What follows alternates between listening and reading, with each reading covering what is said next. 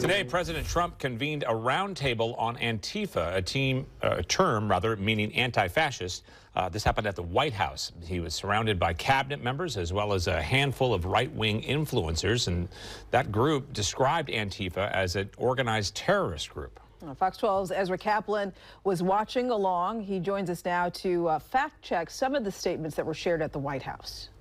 As the Trump administration continues its efforts to deploy troops to democratically led cities like Portland, the president described some of the scenes that seemed quite different from what our reporters have witnessed around Portland. Take a listen to what the president had to say. Yeah, the amazing thing is you look at Portland and you see fires all over the place. You see fights and, I mean, just violence. It's just so crazy. And then you talk to the governor and she acts like everything is totally normal. There's nothing wrong. It's almost like, are you waking up from a dream or something?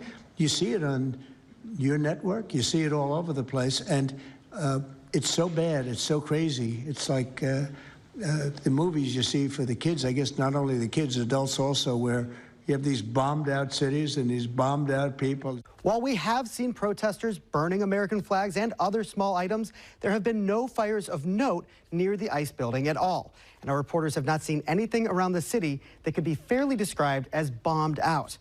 Now, the Department of Homeland Security Secretary Kristi Noem also joined the roundtable. She had just returned from a visit to ICE facilities here in Portland and told the president this. I was in Portland yesterday and had the chance to visit with the governor of Oregon and also the mayor.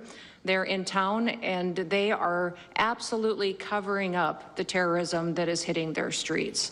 While you talked about some of the stories of our ICE agents, our Border Patrol agents, how they have been attacked, how they have been shot at, injured, the damage that they've done, these leaders in these local cities, along with Pritzker and Johnson, ignore what's going on, or, sir, they're helping Antifa cover it up.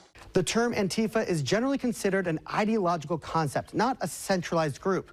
Even so, we asked the mayor and governor if they were in fact helping Antifa to cover up terrorism. Mayor Wilson pointed to his previous statement on the matter, saying what Kristi Noem saw today in Portland matches our reports. Portland continues to manage public safety professionally and responsibly, irrespective of the claims of out-of-state social media influencers. We also reached out to the governor's office, but have not yet heard back.